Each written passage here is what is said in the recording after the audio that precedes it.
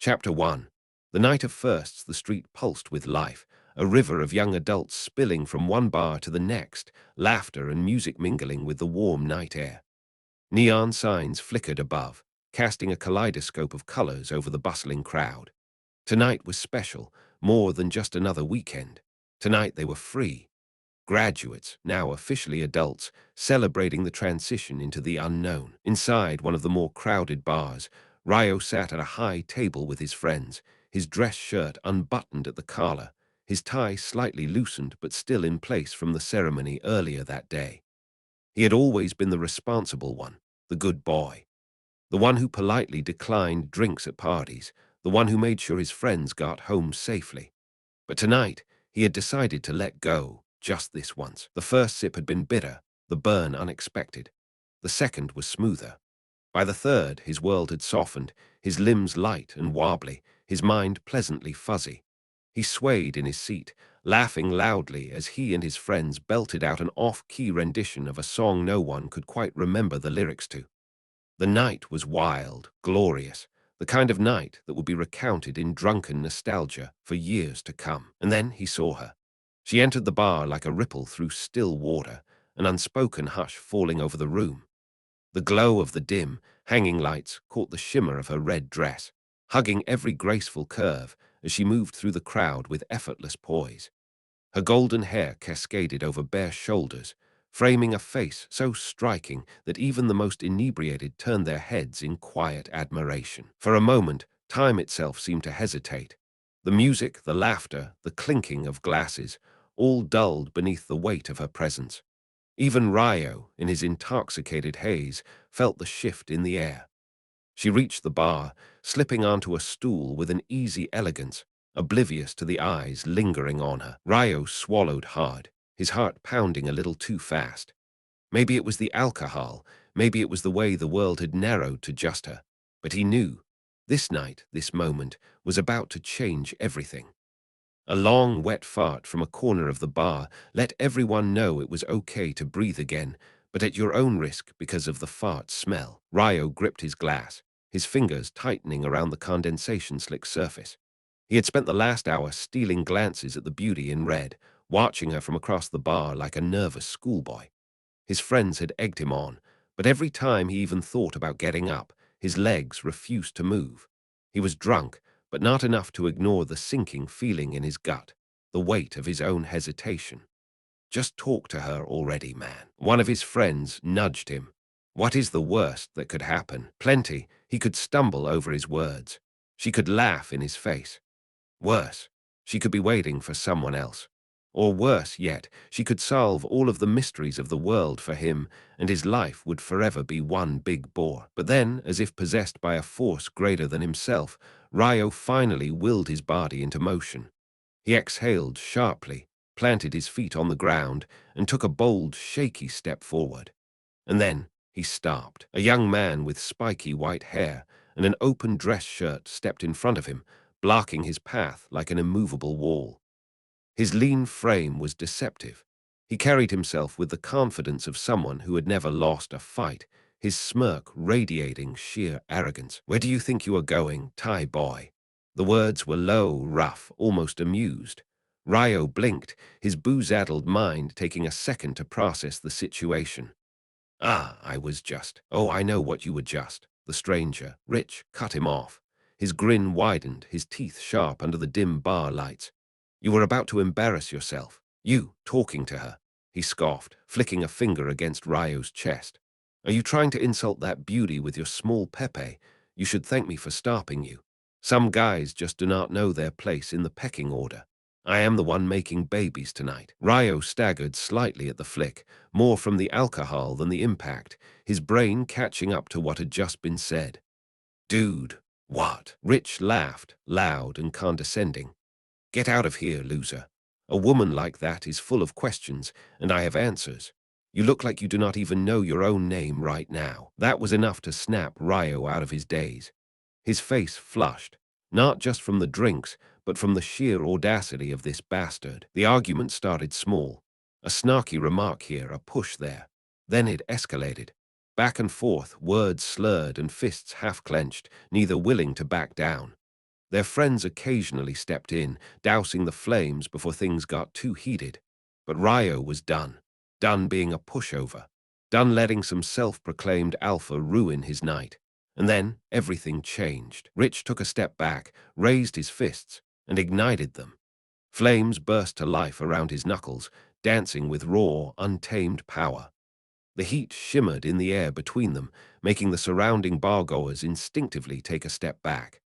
The glow of his fire fists flickered dangerously, a combination of destructive strength and elemental mastery. A hush fell over the bar. This was not just some bar fight anymore, this was a display of talent. A skill like fire fists was no joke. It guaranteed a man a well-paying job, security, power, as long as he lived to use it. The ability gave the user superhuman strength as well as the ability to burn your enemies. Ryo, however, was not scared. No, he was fascinated. He stepped closer, eyes wide, entranced by the flames. Holy shit, that is real. I have never seen a skill up close before. He leaned in as if getting a better look, his face mere inches from Rich's glowing fist. He grabbed Rich's hands. A small white glow began emanating from his own. Rich blinked. This was not the reaction he was expecting. "You," he scowled, jerking his hands away and extinguishing the flames. "What the hell, man? You are supposed to run away or beg for mercy, not nerd out over it. What are you going to do next? Kiss me?" Ryo ignored him. His mind was spinning, not from fear, but from sheer wonder. How does it work? Does it hurt? Do you have to think about it, or does it just happen? Rich's face twisted in frustration. This idiot. And then she moved before they even noticed. Before either of them could react, the girl in red stepped toward them, her piercing blue eyes locked onto their bickering figures. The room seemed to tilt slightly, or maybe that was just the alcohol, but neither young man had time to react before something else ignited. Her hands. Flames erupted from her fingers, brighter and harder than Rich's, illuminating her face with an almost ethereal glow. The chatter in the bar turned into stunned silence. Ryo barely managed a whoa before her fists swung forward. She stated aloud, 2 hours I waited for this. With inhuman precision, she grabbed both of them by the skull and smashed their heads together with a resounding crack. Stars exploded behind Ryo's eyes. The last thing he saw before the world went black was that striking red dress and the smirk tugging at the corner of her lips. The warmth of her hand on his head relaxed his entire body. It felt like the warmth of a campfire on a cold winter's night. And then darkness, cold. Ryo gasped as ice-cold water drenched him, sharking him awake. His body jerked involuntarily, his mind still trapped somewhere between unconsciousness and a pounding hangover. His head throbbed, the dull ache in his skull reminding him of the last thing he remembered, the warmth of her hand, laughter, and a beautiful woman smashing his face into another man's. Another splash hit him, and this time he managed to open his eyes. He was sitting on a hard, wet stone floor, the scent of damp concrete and sweat filling his nostrils. The walls were made of thick iron bars, a jail cell. Ryo groaned, pushing himself up, his muscles stiff from the awkward position he had been lying in. Next to him, Rich was sputtering and cursing. "By the burning guards, what the hell was that for? Do you have any idea who I am?" The guards did not even flinch. A large, grim-faced man stood outside the cell, arms crossed over his thick chest. His uniform was crisp, his expression unreadable. A few other guards stood behind him, looking equally unimpressed. "You two have been charged," the officer announced, his voice deep and authoritative, cutting through the haze still clinging to Ryo's mind. "Charged," Ryo croaked, his throat raw. The officer ignored him and continued, reading off a list. Public intoxication, public disturbance, fighting, and the unlawful display of a war talent in a public area. Ryo blinked, still groggy, trying to piece everything together. Rich, on the other hand, was already on his feet, gripping the bars. "Bullshit, I was not fighting, that was just an enthusiastic disagreement." The officer gave him a deadpan stare. "We have witnesses. If you wish to contest these charges, you may do so in a court of law," the man stated matter-of-factly. "But be advised, if you fight these charges, you will be facing jail time." Ryo's blood ran cold. Jail. Rich stiffened. Wait, actual jail time. His bravado faltered for just a second before he turned and jabbed a finger at Ryo. This is all his fault. He is the one who got all weird about my fire fists after trying to put his little Pepe where it did not belong. Ryo barely heard him. He was still processing everything, still feeling the chill of the water, the ache in his head, the slow, sinking realization of how badly this night had gone. Officer sighed and leaned forward slightly, his gaze steady. "If you plead guilty," he said, his voice deliberate, "you will be interned into your Majesty's armed forces. Your sentence will be suspended, pending satisfactory service for the next 2 years." Silence. Ryo and Rich turned to look at each other. Ryo's mind whirled. The armed forces. That was no minor punishment. It was active duty. Soldiers, enforcers, people who fought in real battles, wielding real power. Rich, however, scoffed. "Oh, come on, look at him. He does not even have a talent. Look at those flabby arms and a bird-cage chest." He jabbed a thumb at Ryo, shaking his head. "What is he going to do? Talk our enemies to death? Make them laugh so I can kill them?" The officer did not respond. Instead, his eyes locked onto Ryo, and then he saw it. For a split second, the air around Ryo shimmered. A faint, almost imperceptible glow radiated from his body, a white aura, pulsing, shifting like light through fog. It was not fire, it was not lightning, but it was something. Rich noticed the officer's expression change. What is with that look?" The man straightened and turned back to him. "I think he will be fine." Rich gawked between them, his mouth opening and closing. "Wait, what?" The officer pulled a small clipboard from his belt, flipping to a form. He extended it toward the two young men, his tone completely indifferent. "Sign your papers," he instructed. Ryo stared at the form, his mind still reeling. Rich grumbled under his breath but took the pen first, scrawling his name. "This is bullshit. I am too pretty for this life." The officer did not react. Ryo took the pen next. His fingers felt stiff, his breath unsteady, but something inside him clicked into place. He did not have a choice. With slow, deliberate movements, he signed his name.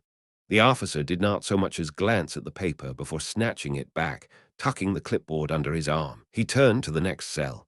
Without missing a beat, he called out, "Next." Ryo sat slouched in a chair, rubbing his temples as the last remnants of his hangover clung to his skull. Next to him, Rich was sprawled out with his arms crossed, looking as unimpressed as humanly possible. Across from them, at a heavy wooden desk, sat the most exhausted-looking officer Ryo had ever seen. The man was middle-aged, his uniform neat, but his tie slightly crooked, as if he had given up on life about 7 years ago, but was still contractually obligated to be here.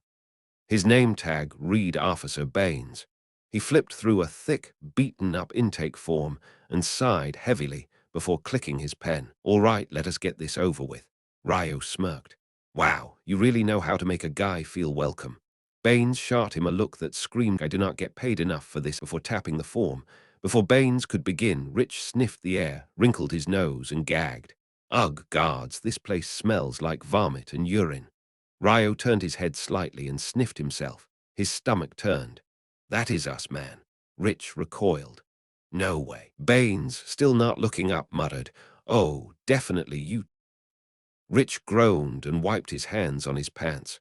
"Man, this is not how I imagined my night ending." Baines finally glanced up. "And yet here you are." He clicked his pen and went back to his form.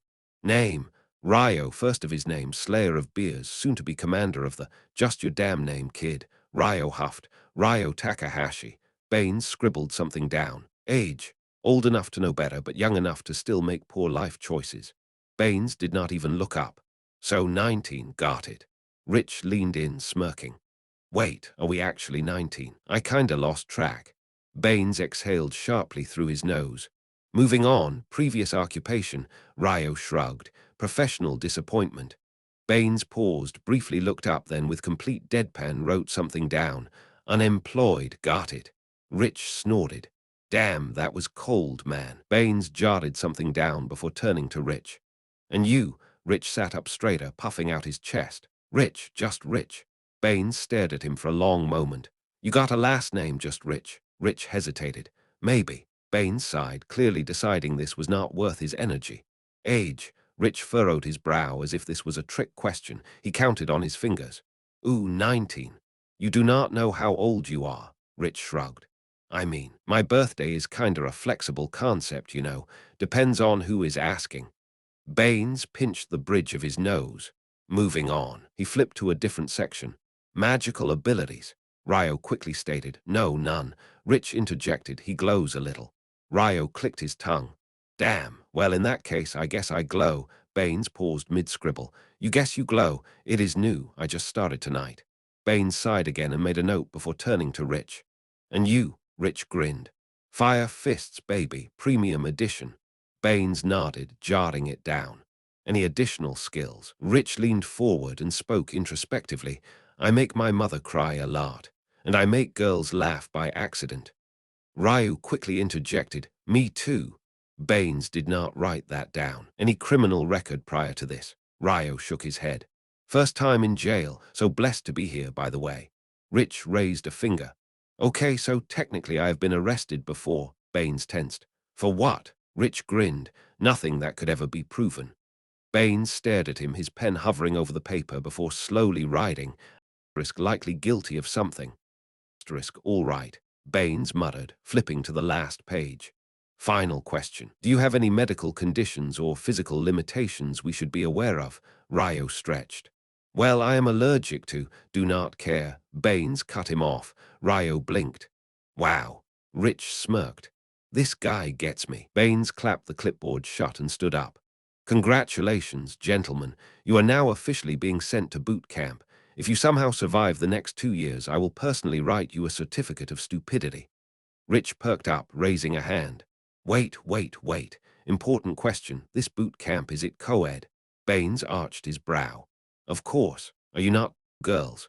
Rich gasped and started to touch his private areas. Am I a girl? Baines ignored him. Go to the next room for uniform fittings and... He sighed deeply. May the gods have mercy on us all. As Ryo and Rich stepped out, Rich elbowed Ryo. Dude, I love this place already. Ryo groaned. We are so screwed. Rich looked back at Baines, then back at Ryo. His expression was weirdly serious. You know what, man? I think I want to be like that guy one day. Ryo nearly tripped. What? Yeah. Rich nodded. Dude has got it all. Authority, the ability to insult people without getting punched in the face, and that level of pure I do not care energy. That is power, man. That is my hero. Ryo stared at him. You are setting the bar real low for your life goals. Rich smirked. Nah, man, I am setting it real high. And with that, they marched off toward their next inevitable disaster, and Rich stepped into the next intake room, only to be hit by a wall of something. Rich gagged immediately. Oh wow, this place smells even worse than the last one. Ryo, resigned, took a deep sniff and exhaled. Yeah, well, at least now you are not the only one who stinks. Rich grinned. That is comforting. The massive hall was filled with young men, most of whom looked just like them, fresh-faced, slightly terrified, and absolutely reeking of bad decisions. A long line snaked through the room, inching forward at a crawl. Some of the guys whispered anxiously, others laughed nervously. A few looked like they were on the verge of tears. As they stood in line, they overheard snippets of conversation. Yeah, man, just one punch and suddenly I am here. My dad is going to kill me if I do not die in training first. Honestly, better than starving on the streets. Ryo remained silent, absorbing it all. He had never seriously considered joining the fighting corps. Sure, it was always there. A kingdom was always at war somewhere. But it had always felt like something other people did, not him. Suddenly, the line jostled as the crowd shifted. Next person who touches me or my stuff is dead.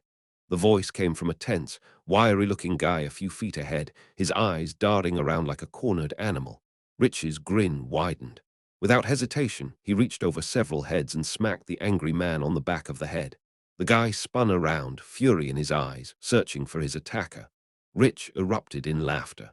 That guy is going to be on my team. He is hilarious. Ryo shook his head, running a hand down his face. Rich was not done. Pointing straight at Ryo, he yelled, "This shy guy right here wants to put his Pepe in every cute girl he meets." A wave of laughter rippled through the line. Even a few of the workers smirked. Ryo's face turned red for a fraction of a second before he exhaled and accepted his fate. With a dramatic flourish, he raised his arms, blew a kiss to the crowd, and spun in a slow, exaggerated bow. The room roared, but just as the laughter hit its peak, everyone shut up. A thunderous voice cut through the noise like a blade. The room fell silent. A broad-shouldered officer stood near the front, his piercing eyes scanning the recruits like a hawk searching for prey. "If I hear another word, you will all regret it." Rich, of course, opened his mouth. Before he could utter a sound, Ryo immediately pressed a finger to Rich's lips, then held a single finger to his own and gestured toward the officer. The man stared at them for a long, dangerous second. Then, close enough, "Everyone drop and give me 50 push-ups." Groans erupted throughout the hall. The man's eyes flashed. "Make it 100 for groaning." Instant silence. Then the only sound was dozens of young men hitting the floor. 50 more for anyone who vomits. Ryo, struggling through his push-ups, made the grave mistake of looking at Rich. Rich was mouthing along with everything the officer said. Then, when the officer finished, Rich mimed vomiting. Ryo bit his tongue to stop from laughing. Someone else was not so lucky. A guy a few rows down snorted and instantly regretted it. The officer descended upon him. "You think this is funny?" Before the poor guy could answer, the officer kicked him hard in the stomach. The guy immediately vomited. "Looks like funny man Ralph just earned everyone another 100 push-ups." No one made a sound. Even breathing too loudly felt dangerous. Meanwhile, Rich, who was somehow completely invisible to this officer's wrath, was now right at the man's feet, continuing his silent, theatrical mimicry. They pushed through the pain. As the officer counted down the last 15 push-ups, the tension in the room was palpable.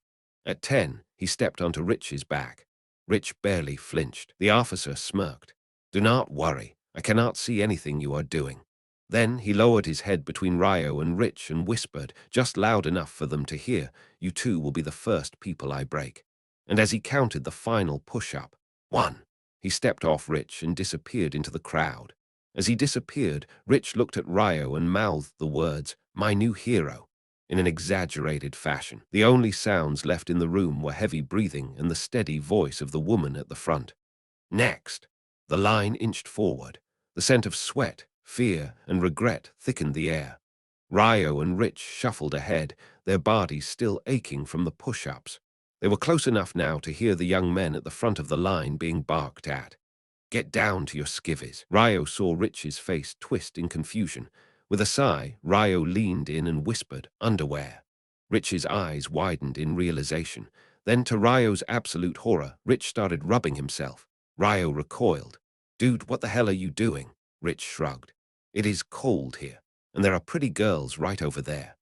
Ryo buried his face in his hands. This was perfectly in line with how the last few hours had gone. Besides, Rich continued with a snort, "I am not wearing any underwear." Ryo gagged and physically turned away. He was not even surprised at this point, just resigned. The line moved again. For the first time since their intake started, Rich's face showed something unfamiliar. Fear. "Oh no," Rich whispered. "I think I rubbed it too much." Ryo refused to look. He absolutely did not need that image in his head. He squeezed his eyes shut. "This is my life now." Next, the word rang out like a death sentence. As they stepped through the threshold, they were immediately greeted by a no-nonsense nurse. "Strip to your skivvies," she ordered, barely looking up from her clipboard. Rich sighed dramatically. "Apologies in advance." Then, with a theatrical flourish, he dropped his pants and proclaimed, "The tiger has awakened." Ryo clenched his jaw and stared at the ceiling. The nurse, unfazed, glanced down at Rich's situation, then past the boys and murmured softly, "Code 2." Ryo had no idea what that meant. A moment later, an ice-cold bucket of water was dumped over Rich. The sound he made was not human. Shivering, his entire body convulsing, Rich turned to Ryo, his lips trembling. Before he could say anything, Ryo flatly stated, "You have a new hero." Still shivering, Rich saluted the nurse. "Thank you for your service." The nurse did not react. Someone tossed a pair of tidy-whities at Rich. He pulled them on, adjusted them with far more enthusiasm than necessary, and immediately started stretching. "I feel like a new man," he declared. For the first time since their arrest, Ryo actually smiled. Maybe this future was not looking so bad after all. As long as Rich was around, he knew one thing was certain. At least he would never stop laughing. Next, as they stepped out of the building, the morning sun peeked over the horizon, casting long shadows across the quiet street. Rich reached out, placing a hand on Ryu's shoulder. His grip was firm, deliberate. "Look, man, there's something I need you to understand," Rich said, his tone serious. Ryu's brows furrowed. He could feel a lecture coming, but about what? He braced himself. Rich exhaled. "I know your people have struggled. I know society hasn't been fair, but I just need you to know I'm not gay." Ryu blinked. Of all the things he expected, this wasn't one of them. He exhaled sharply, somewhere between a laugh and a sigh. This was probably the least offensive, yet somehow the most absurd thing Rich could have said in that moment. Ryu tilted his head, his expression unreadable. "Why do you think I'm gay?" Rich let out a sigh. "Well, I don't even really know you, and you've been following me around for hours now. You know, it's like I can't get rid of you." Ryu rolled his eyes. "So that means I'm gay?" Rich shrugged. "I'm just saying." Ryu shook his head, deciding not to push the issue further. After a beat, he asked, "Why are we even in this situation?" Rich hesitated. "Because you wouldn't leave me and my fire fist alone." Ryu took a deep breath, willing himself to remain patient. "We're here," he said slowly, "because you got into an argument with me over a beautiful girl at the bar. And because you wanted to," he gestured vaguely, "stick your little pee-pee in her." Rich's face twisted in realization. He paused, then muttered, "Oh, so you're not gay, you're bisexual." Ryu gave him a look, amused but unimpressed. "Yes," he said flatly, "and you're very cute." Rich stiffened. "Wait, what?" Ryu smirked and started walking. "Come on, Fire Fist, let's go find some breakfast." The two young men joined the line for the bus, standing among the quiet crowd waiting for the first ride of the morning. When the bus arrived, they shuffled forward. Once they got on the bus, Ryu quickly moved away from Rich, settling into a seat by the window. Once they got on the bus, Rich wasn't far behind. He slid into the seat next to Ryu before the other could protest. Once they got on the bus, Rich turned to Ryu with a slightly awkward expression. "Hey man, I'm sorry about that gay stuff. I'm not trying to hurt you, I just wanted to be clear." Ryu nodded, his expression unreadable. "Of course, I understand." Rich leaned back, exhaling. Then with a smirk he added, "Look, if you want to try anything, make sure I'm asleep first, okay?" Ryu let out a small laugh and shook his head. Noted. The bus rumbled forward, carrying them into the unknown, two young men still figuring each other out, one ridiculous exchange at a time. The soft hum of the bus and the gentle rocking of the road had done their work. Rich and Ryu sat slumped against each other, fast asleep. Rich's head lolled to the side, resting against Ryu's shoulder, his mouth slightly open, a thin line of drool creeping down his chin. The bus was filled with rows of young men, all in the same state, some with heads tilted against windows, others using their arms as makeshift pillows. The entire bus was lost in exhaustion, their breaths rising and falling in quiet rhythm. Then bang, bang, bang, the sound of a baton slamming against metal shattered the peace. A voice roared through the bus, shaking the air like a thunderclap. "Wake up, you sorry sons of bitches. Everybody off the bus, now." Rich jolted awake, his head snapping up as he wiped at his face in confusion. "Huh, what?" Before he could even process, Ryu was already nudging him hard in the ribs, his own eyes still heavy with sleep. "Get up, dumbass, we're here." The bus door swung open, and outside, standing like a statue of wrath, was a military officer in full uniform. His face was carved from stone, his eyes sharp and merciless. He slammed his baton against the side of the bus once more. "I said move."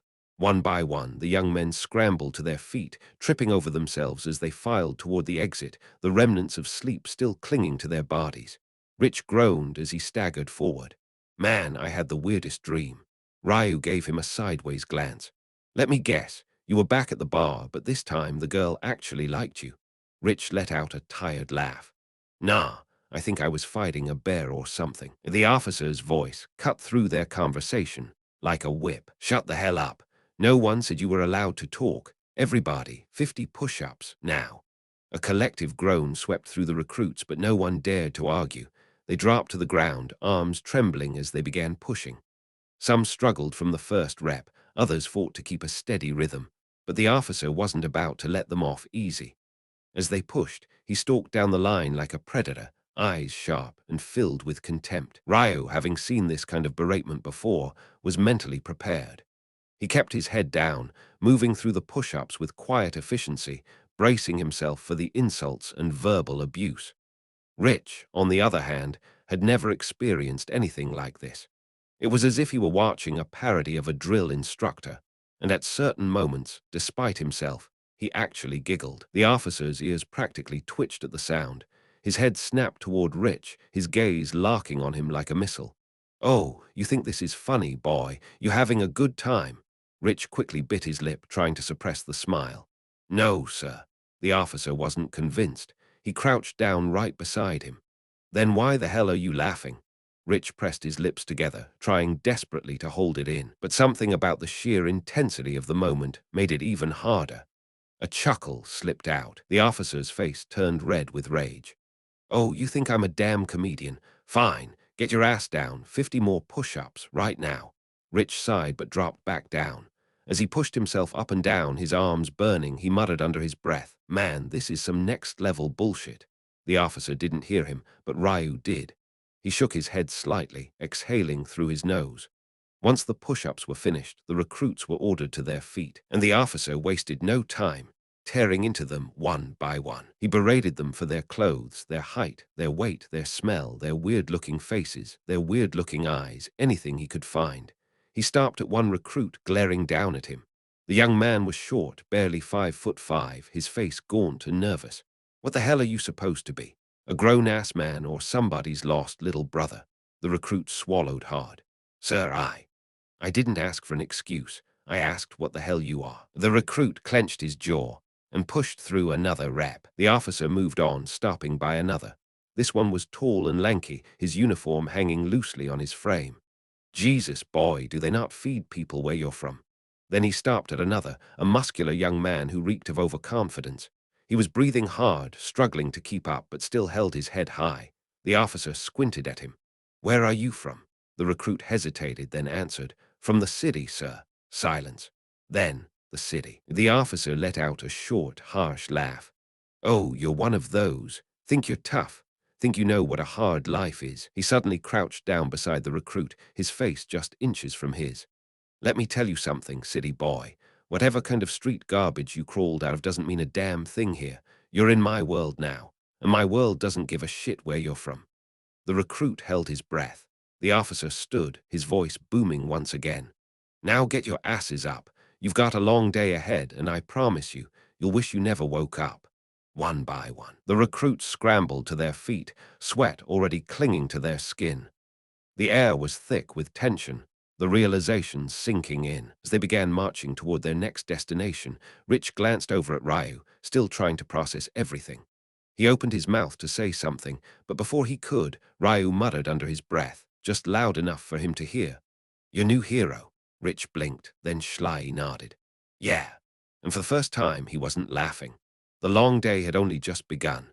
The young men stood in front of a long, white brick wall, their breath visible in the cold morning air. Their street clothes, stained with sweat and exhaustion from travel, clung to them. The weight of sleeplessness still hung over the group, but no one dared to complain, not after the morning they'd already had. Then, whoosh, a sudden blast of ice-cold water hit them like a truck. The recruits flinched as the high-powered hose swept down the line, soaking them instantly. "Welcome to cleanliness, you filthy sacks of garbage," the officer bellowed. Some recruits sputtered, trying to shield their faces, but the relentless stream didn't let up. The water hit hard, washing away the dirt, the sweat, and whatever lingering stink they had carried with them. Most of them were miserable, but not Rich. Rich let out a long exhale as the cold water smacked against his skin, shaking the last remnants of sleep from his body.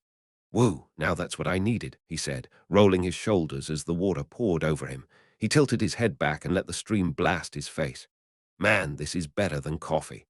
Ryu, standing beside him, shivered violently, his arms stiff at his sides. "You're insane," he muttered, teeth chattering. Rich grinned and gave him a friendly nudge. "Nah, man, think about it. We stank. Like bad. This is doing us a favor." Ryu just groaned in response, tightening his jaw as another wave of water hit. The officer stomped along the front of the group, his voice booming over the roar of the hose. "You stink, Every last one of you. I can smell you from across the garden base. You think I'm letting you in smelling like a pack of wet sewer rats? Hell no. This is a garden reset. You come here disgusting, you leave clean. Another blast of water shot out, knocking over one of the skinnier recruits. The officer barely acknowledged it as he continued. Put your arms up, let that filth wash off. Don't act like you've never seen water before. Rich obediently lifted his arms. Man, they should have started with this. I feel brand new. He turned his head toward Ryu, grinning. Come on, dude, tell me you don't feel at least a little better. Ryu was still shivering, but the scowl on his face softened just a bit. I mean, yeah, I guess. Rich smirked. See, just gotta enjoy the little things. The hose finally cut off, leaving them dripping, their clothes hanging heavily on their bodies. The officer let the silence stretch before stepping forward. The words sliced through the cold air. Some of the recruits hesitated. Rich, however, had already started peeling off his soaked shirt, slapping it against the ground like a dead fish. About time. These things smell worse wet, he said, kicking off his shoes. Ryu hesitated for half a second but sighed and followed suit. Down to your skivvies, the officer barked. You ain't bringing those filthy rags inside. Everything you're wearing is getting burned. If I see anyone hesitate, I'll rip that shit off myself. Move. One by one, the recruits stripped down. Some looked around nervously, others clutched their arms over their torsos as if it would somehow keep them warmer. Rich, he stretched his arms behind his head, standing tall in nothing but his underwear, completely unbothered. Man, I haven't been this fresh in years. Ryu gave him a tired look. You're really enjoying this? Rich shrugged. Why not? I mean, what else we gonna do, complain? He grinned. Besides, this is already shaping up to be a hell of a story. Ryu shook his head, but for the first time that morning, he let out a breath that wasn't pure frustration. Maybe Rich was an idiot, but at least he made all of this slightly more bearable. The officer stomped over to the pile of discarded clothes and kicked at it in disgust. This trash, burn it, every last piece. We don't need the stink of your old lives in this place. You want to start fresh, then you start clean. One of the assistants doused the pile with fuel.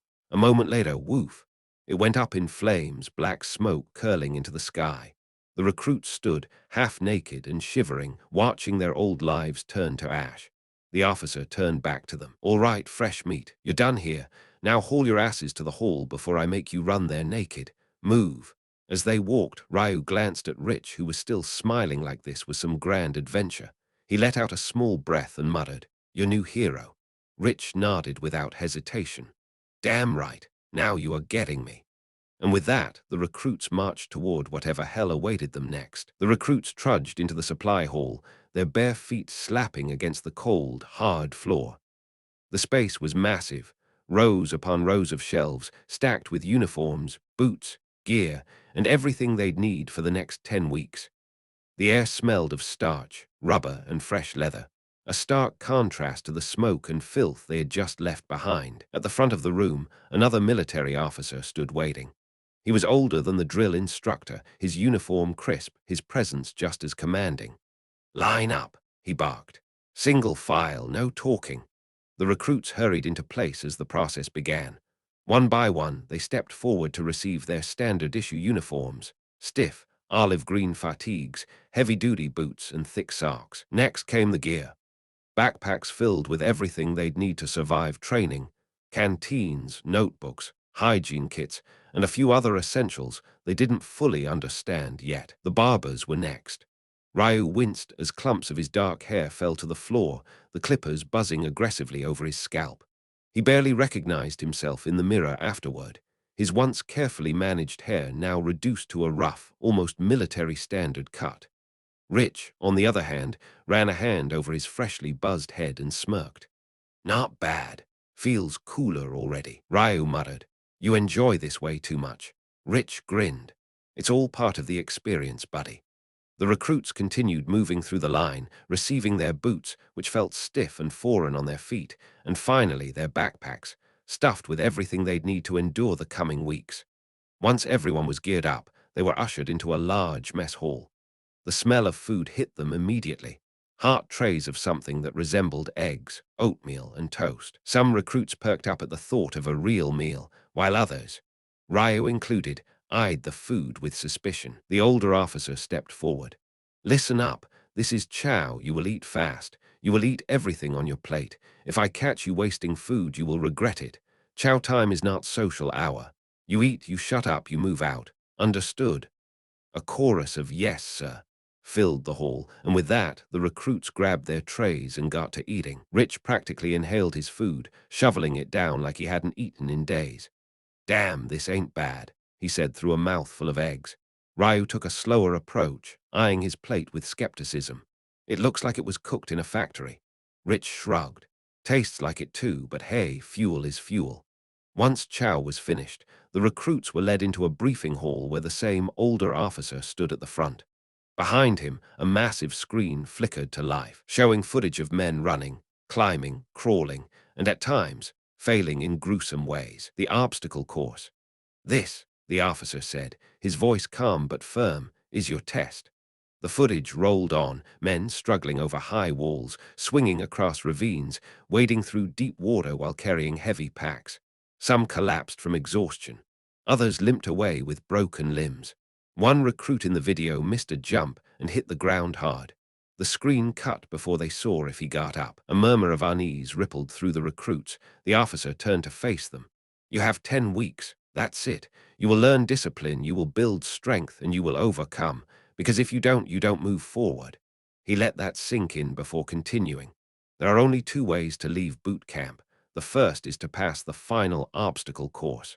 The second, his eyes swept over them, is not so pleasant. Silence. Ryu felt his stomach tighten as he stared at the screen. He'd figured boot camp would be tough, but this, the way they were talking, it wasn't just about endurance. It was survival. One of the recruits hesitantly raised a hand. Sir, what happens if we fail? The officer's face remained unreadable. You don't want to fail. That was all he said before clicking the remote. The screen shut off. Now, get your asses up. You'll see the course for yourselves after chow tomorrow. The recruits exchanged glances. Some looked nervous. Others, like Rich, just grinned. As they began walking out of the hall, Ryu's thoughts spiraled. Half the recruits pass. Half the recruits fail. And some don't make it out at all. Rich, walking beside him, stretched his arms and yawned. Man, this is gonna be fun. Ryu turned to him, still uneasy. You really think so? Rich smirked, completely unfazed. I know so. He gave Ryu a playful shove with his elbow. Look, I know I'm better than at least 50% of the guys here. I'm not worried. You, on the other hand, if your little pee-pee can't handle it, you're gonna have problems. Ryu was about to snap back, but something about Rich's confidence settled his nerves. If this idiot could charge headfirst into whatever lay ahead without an ounce of fear, maybe, just maybe, he could too. He exhaled, shaking his head with a small smirk. Guess we'll see. Rich grinned. Hell yeah, we will.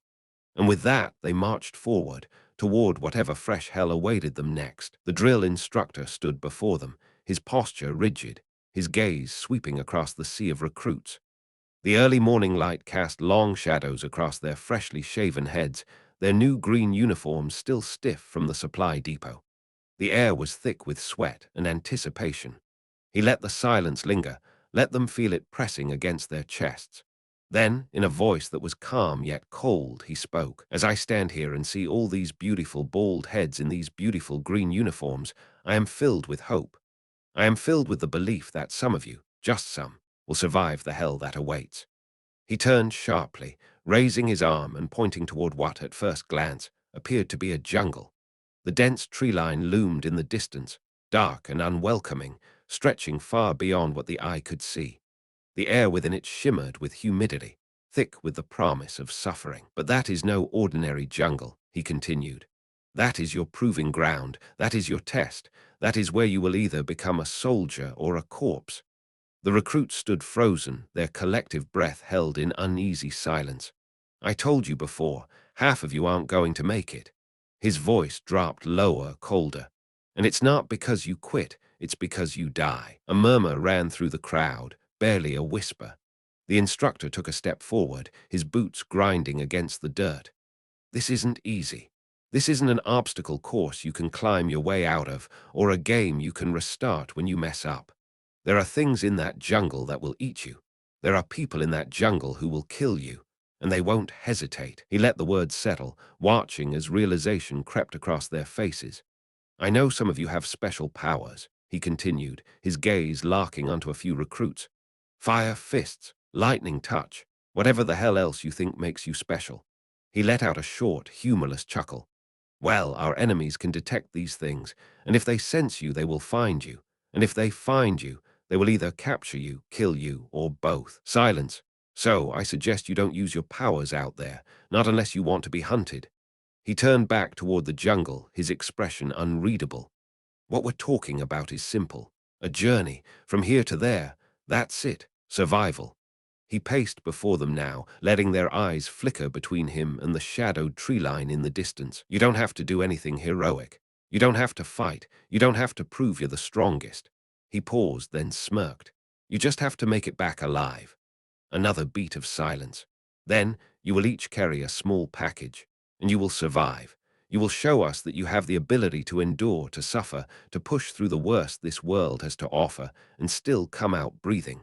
Only then will you be part of this king's army. He turned back to face them fully, his eyes scanning the crowd as if he were already deciding who would live and who would die. If you go out there and something bites off your arm, tie it up, stop the bleeding, and make it back. His voice was emotionless, as if the idea of a recruit stumbling back into camp one-armed was nothing more than routine. Because if you can survive without an arm, you can survive anything. The wind shifted, carrying the distant sounds of the jungle, rustling leaves, the calls of unseen creatures, the faint but ever-present hum of danger. The recruits stood in silence. No one dared to speak. They had all come here expecting difficulty, discipline, pain. But this was something else entirely. This wasn't training. This was war, and it had already begun. The recruits stood in stunned silence, the weight of the instructor's words settling in their chests like cold iron. No one shifted. No one whispered. The only sound was the distant rustling of leaves from the jungle ahead, the unseen things within it shifting in anticipation. The drill instructor let the silence stretch, his gaze sharp and unyielding as he took a step forward. Now, he said, his voice even almost quiet, which made it worse. I want you to take a good look at the men standing next to you. A few hesitated before stealing glances at their fellow recruits. Some looked determined, others nervous, uncertain. Rich, standing beside Ryu, was grinning faintly, like a man ready to test his luck. Ryu, however, kept his gaze forward, his fingers tightening at his sides. The instructor's lip curled slightly. Half of you will not be here in 10 weeks. He let that linger before continuing. Some of you will be too weak. Some of you will be too slow. Some of you will be too damn stupid.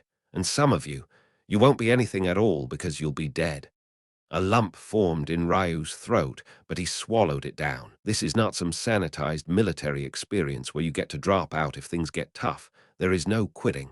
The instructor motioned toward the jungle once more.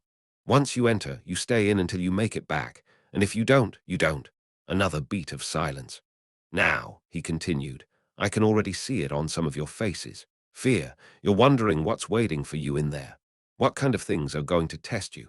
Well, let me make it simple for you. He took a step closer, lowering his voice just enough to force them to lean in slightly. You are not ready. None of you, not yet. His eyes swept over the crowd. But that doesn't matter, because ready or not, you will enter that jungle tonight. A wave of unease rippled through the recruits. Tonight, some had expected a few weeks of physical conditioning, maybe more weapons training before being thrown into the real thing. Not this. The instructor smiled, but there was no warmth in it. Did you think we'd ease you into it? He scoffed. Did you think you'd have time to train first? That's not how this works. Survival doesn't wait for you to be ready. You either adapt or you die. One of the recruits, a tall, broad-shouldered guy with a defiant stance, spoke up. Sir, how do we know it's even possible to make it through? The instructor turned to him, his expression unreadable. You don't. Silence. Ryu felt his stomach knot. Now, the instructor continued, your only mission is to carry your package and survive. You will not be given weapons. You will not be given food. You will enter with only what you are issued. Several soldiers stepped forward, carrying small, dark-colored pouches, barely the size of a loaf of bread. Inside this package, the instructor explained, is a single item, You do not open it. You do not lose it. If you lose it, you fail. If you open it, you fail. If you die, you fail. A slight chuckle came from somewhere in the ranks. The instructor snapped toward it instantly. Something funny. The recruit, a wiry kid who looked no older than 18, stiffened. No, sir, the instructor smirked. That's right, because there won't be anything funny when you hear something moving in the dark, and you're not sure if it's a wild animal or something worse. The recruit swallowed. The instructor continued. There are creatures in there that are stronger than you, faster than you, and far, far hungrier than you. There are men in there who have spent years learning how to kill efficiently, and some of them enjoy it. The recruits remained silent, their minds spinning through the worst possible scenarios. Now, the instructor went on, I know some of you think your abilities will save you, that you'll just burn your way through obstacles or leap your way past danger. His expression darkened. Let me make something very clear. His voice dropped into a growl. Moment you activate your power out there, they will know where you are. The air seemed to still. Our enemies have learned how to track power signatures. The second you light up, you send a beacon to anything hunting you. Some of the recruits, the ones who had come in confident in their gifts, suddenly looked uneasy. So, he said, voice sharp, if you think you're going to be some kind of superhero out there, think again. Because if you get detected, you'll be lucky if you die fast. He stepped back, crossing his arms. All you have to do is make it to the other side, alive. Another pause. That's it, just survive. His cold smile returned. Sounds simple enough, right? No one answered. The instructor's expression hardened. Then get ready, you leave at sundown. The recruits stood motionless. The weight of what was coming pressed down on them like a storm cloud. Rich, standing beside Ryu, finally broke the silence. Well, shit, he muttered, a grin creeping onto his face. This is gonna be fun. Ryu turned to him, his face pale. Are you serious? Rich nodded. Hell yeah, this is way better than a normal boot camp. We get dropped into the middle of nowhere, no rules, no drills, just pure survival. I mean, come on, how many people get to say they went through this? Ryu inhaled sharply, still struggling to wrap his head around it. But then, Rich was still smiling, still confident, still ready, and something about that made Ryu's own nerves settle, just a little. Maybe Rich was crazy. Maybe he didn't understand how bad this could get. But his attitude, his sheer belief that he could handle whatever was coming, was infectious. For the first time, Ryu felt himself stand a little straighter. Maybe he could handle this. Maybe he would make it. Because ready or not, the jungle awaited. And the only way out was through. The jungle stood before them, its thick, gnarled trees stretching like skeletal fingers into the night sky. The last remnants of daylight faded, and as if on cue, a rolling fog slithered in from the depths of the jungle, swallowing the first few meters of trees in an instant. It was thick, unnatural, almost sentient in the way it curled through the air, creeping toward the recruits like a living thing. The drill instructor, standing just before the threshold, didn't even acknowledge it. His voice was calm, controlled, cutting through the tense silence. Tonight, your mission is simple. He gestured toward the jungle, toward the fog that had already begun to obscure the tree line. You will make it 100 meters into that jungle. You see that tree over there? He pointed, but the recruits couldn't see a damn thing anymore. Just the thick white haze curling and shifting before them. The one with its branches spread wide, like it's waiting to give you all a big, fat hug. That's where you need to go. Get there, wrap your arms around it, and we'll let you come back. If you can't, he let the words hang, his smirk widening, we'll tell your mama you did your best. The recruits stood motionless, tension thick in the air. The instructor gave them a final glance. Then stepping back, he nodded toward the tree line. Move. One by one, the recruits stepped forward, swallowed by the fog the moment they crossed the line. Rich went in with a grin. Ryu, still hesitating, clenched his fists before following. The world changed instantly. The moment they entered, everything behind them, camp, the instructor, the distant lights, was gone. The fog was a wall, thick and suffocating. It clung to their skin like damp cloth, muffling sound, distorting distance. The air smelled of wet earth and stagnant water. The jungle ground beneath their feet was no longer firm.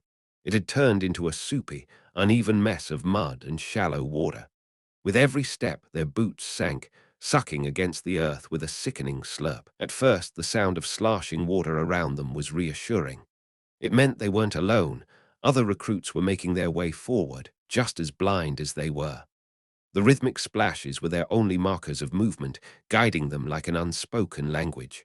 But then there were other splashes, further away, deeper. They came irregularly, dull and heavy, not human. Ryu froze. He wasn't the only one. Somewhere ahead, a recruit let out a hushed, trembling whisper. "Did you hear that?" No one answered. Another splash. This one was closer. Ryu's pulse hammered in his ears. He turned his head instinctively, but the fog was impenetrable. He couldn't see more than a few feet ahead. Then, for a brief moment, the fog shifted. The air cleared just enough to reveal a patch of jungle. The tree branches swayed in the stillness, tangled and wild. He saw figures, silhouettes of other recruits moving through the mist. Some were facing the wrong way, stumbling sideways instead of forward, completely turned around. Then, just as quickly as it had appeared, the fog sealed itself again, swallowing them whole. Ryu swallowed down his panic and forced himself forward. Another splash. Then a scream. It wasn't far. The sound sent a shockwave through the recruits. Some of them froze, some moved faster. A few called out only to be shushed by others. Ryu's breath hitched, and he kept walking, 1 foot at a time, his boots sinking into the muck. Keep going, just keep going. The fog broke again, briefly. He saw the tree, or at least he thought he did. It was still far, too far. Another step. The fog closed back in. Now he wasn't even sure if he was still walking in the right direction. The fog pressed in, suffocating and thick. Ryu could barely see his own hands in front of him. Every step felt uncertain, his boots sucked into the swampy muck beneath him. The splashes, the ones close by, the ones far away, played tricks on his mind. Then came another scream, this time distant, barely a whisper through the mist. Someone was lost. Someone was panicking. That was it. Ryu, usually the silent type, clenched his fists, took a deep breath, and yelled, "Everybody, come to my voice. Stay together. Come to my voice. Stay together. We can beat this together." The sound of his own voice was strange, louder than he had ever made it before, echoing into the void. For a second, he wasn't sure if anyone had heard him. Then, to his left, a figure moved. Another splash. Then another. They were coming toward him. Rich, standing just a few feet away, grinned as if Ryu had just interrupted his favorite movie. "SHHH," he whispered dramatically. "I'm having fun. You're gonna make this too easy." Ryu let out an exhausted laugh. Of course, Rich would enjoy this. He turned back to the void. "Everybody, please, come together." And this time they did. The sounds of trudging feet, of hesitant splashes, of nervous breathing began to merge around him. One by one, the recruits came toward his voice, forming a loose circle in the mist. The fog still blinded them, but at least they weren't alone anymore. Ryu took a steadying breath. Then he called out again. "When you see the tree, and you know you see the tree, yell, so we all go in the right direction. We go together. We make IT together." The men murmured their agreement, and then they waited. For the next opening in the fog. For the next break in the abyss that surrounded them. For their chance to find the tree together. The men stood still, tense, waiting for the fog to break again. The jungle around them was quiet, too quiet. The only sounds were the occasional shifting of bodies, the nervous shuffling of boots sinking into the swampy ground, and the distant splashes, some familiar, some not. Ryu took a slow breath and dropped low. The water was cold and murky, rising just past his knees. His hands hovered over the surface, his fingers barely grazing the stillness beneath. He focused, watched, waited. Everything above the waist was blind in the fog, but down here, he could see. The fog wasn't as thick near the water. The path ahead, obscured from those standing tall, was visible if you crouched low enough. It wasn't perfect. Shadows and shifting mist still played tricks on the eye. But the tree, their goal, was there. The others didn't see it yet. Then a shout. "It's this way, this way." A few recruits further out had caught a glimpse of the tree as the fog parted for a moment. They ran forward, only for the fog to roll back in, sealing their vision shut once more. Shit, where'd it go? They stumbled blindly, their direction lost. Some cursed.